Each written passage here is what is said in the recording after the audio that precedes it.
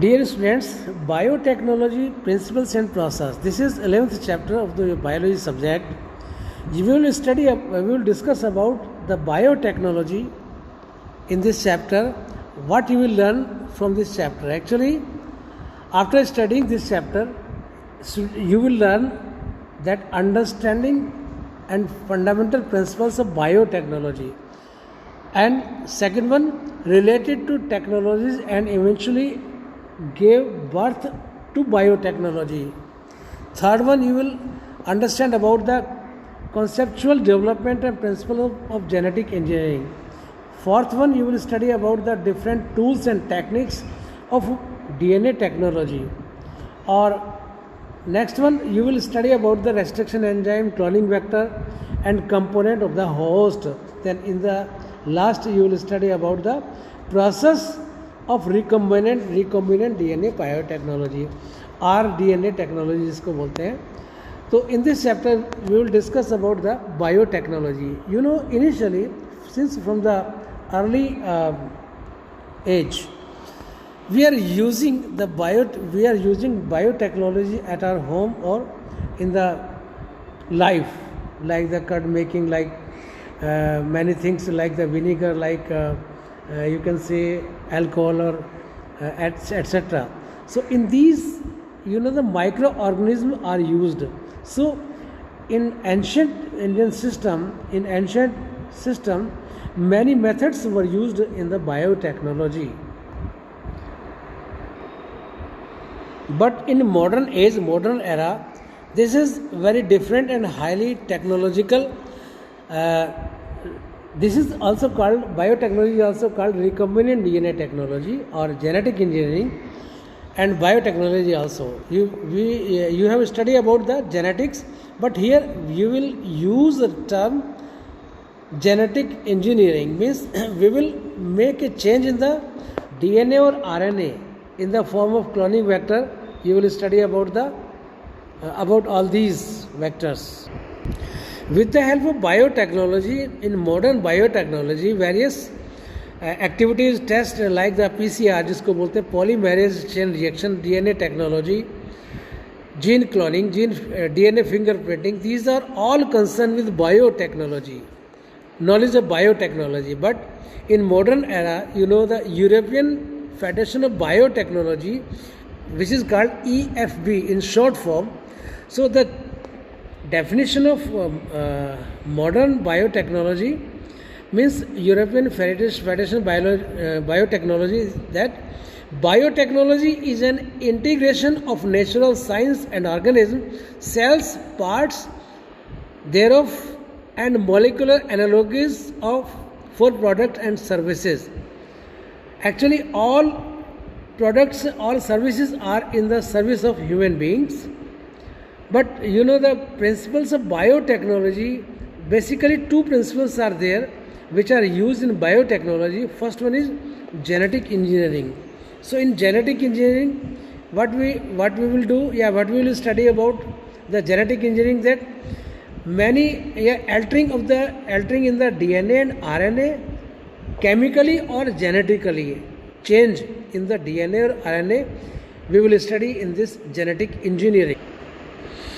After change and altering in the DNA and RNA, it will introduce into the host organism.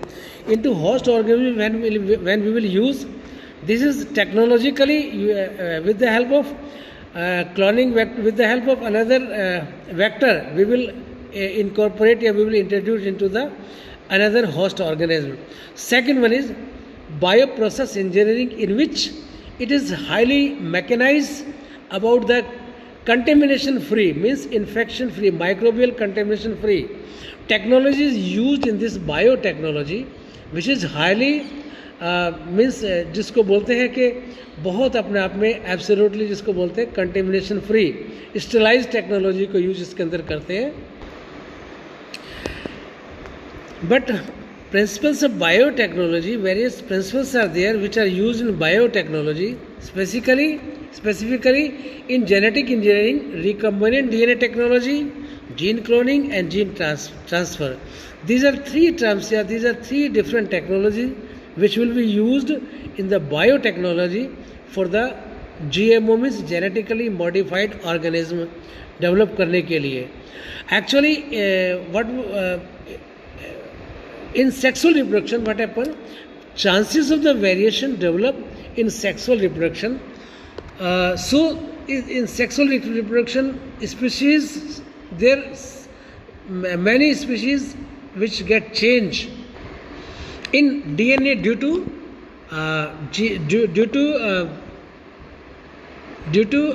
Crossing over. तो जो crossing over जो technology जो technique है इसमें आपका sexual reproduction में, इसमें क्रॉसिंग ओवर होने के नाते जो डिज़ायरेबल जीन के साथ साथ कुछ इस तरह के अनडिज़ायरेबल अनवांटेड जीन भी एक से दूसरी जनरेशन में ट्रांसफ़र हो जाते हैं. बायोटेक्नोलॉजी इसको अवॉइड करती है. बायोटेक्नोलॉजी में वो चीज़ यूज़ की जाती है बहुत अच्छी तरह से, हाईली यूज्ड. बायोटेक्नोलॉजी में क्या यूज़ करते हैं कि कोई भी एक बैक्टीरिया है, उसको बैक्टीरिया को यदि हम देखें तो उसके अंदर एक डीएनए होता है, जेनेटिक मटेरियल होता है, एक एक्स्ट्रा सर्कुलर डीएनए जिसको हम प्लाज्मिड बोलते हैं. तो ये प्लाज्मिड होता है एक्स्ट्रा सर्कुलर डीएनए. इसमें प्लाज्मिड जो होता है ये एक्स्ट्रा सर्कुलर डीएनए होता है. बैक्टीरिया के लिए इसका अपना कोई विशेष यूज़ नहीं है. इसमें क्या करते हैं, ये जो प्लाज्मिड होता है इस प्लाज्मिड को क्लोनिंग वेक्टर भी बोलते हैं. कि बैक्टीरिया के अंदर इसमें क्या होता है कि ये जो प्लाज्मिड जो होता है इस प्लाज्मिड में with the help of molecular scissor means restriction endonuclease enzyme, इनकी हेल्प से कुछ स्पेसिफिक पार्ट को कट करते हैं. कट करने के बाद एक एलियन डीएनए इसके साथ उसी मोलिकुलर सीजर के से कट किया हुआ एलियन डीएनए इसके साथ पेस्ट करते हैं. तो इसके पार्ट को एलिमिनेट कर देते हैं क्लोनिंग वेक्टर के. और दूसरा जो भी डिजायरेबल जीन है या डीएनए है उसको इसके साथ सेट कर देते हैं, फिट कर देते हैं. तो ये जो चेंज आता है, इस चेंज के साथ क्या होता है, इस चेंज के साथ बहुत बड़ा काम ये होता है कि हमें डिज़ायरेबल सर्विसेज, डिज़ायरेबल प्रोडक्ट हमें मिलने शुरू हो जाते हैं जो हमें चाहिए. तो बायोटेक्नोलॉजी में डिज़ायर जीन जो होता है वो एक्टिवेट हो जाता है और डिज़ायरेबल प्रोडक्ट और सर्विसेज हमें मिलने शुरू हो जाती हैं. जिसकी प्लाज्मिड की मैं बात आपसे कर रहा हूँ. तो क्लोनिंग वेक्टर बनने के बाद क्या होता है, इसी प्लाज्मिड को क्या करते हैं, इसी प्लाज्मिड को आगे दूसरे उसके साथ दूसरे भी जो आपका बैक्टीरिया, जो आपका जो माइक्रो ऑर्गेनिज्म जो दूसरा है उसके जैसे स्टीरेशिया कोलाई है उसके प्लाज्मिड उसके अंदर इसको प्लाज्मिड को क्लोनिंग वेक्टर को इसके अंदर इसको सेट कर देते हैं. इसके अंदर सेट कर देते हैं तो क्या होता है कि जब ये एक जो स्टीरेशिया कोलाई बैक्टीरिया डिवाइड होता है दो पार्ट में, फिर फर्दर और बहुत तेज़ी से मल्टीप्लिकेशन डिवीजन होता है. तो जो प्लाज्मिड होता है, इस प्लाज्मिड का जो ओआरआई जो होता है, ओरिजिनल रेप्लिकेशन, जहाँ पे बहुत तेज़ी से डिवीज़न हो रहा होता है, तो इससे हमें डिज़ायरेबल, क्योंकि ये जीन था डिज़ायरेबल जीन था, तो ये डिज़ायरेबल जीन हमारा जब आगे फर्दर डिवीज़न होगा, क्योंकि ये ओआरआई पे था, तो इसका भी तेज़ी से डिवीज़न होता है, जिससे हमें क्या मिलता है, डिज़ायरेबल हमें प्रोडक्ट मिलना शुरू हो जाता है. तो प्लाज्मिड जो होता है, प्लाज्मिड की क्या विशेष बात होती है कि ये automatically replicating circular extra chromosomal DNA होता है. तो ये एक बैक्टीरिया जो होता है उसके साथ, उसमें से हमने इसको लेते हैं प्लाज्मिड को. लेने के बाद जो डिज़ायरेबल डीएनए होता है उसके साथ सेट कर देते हैं.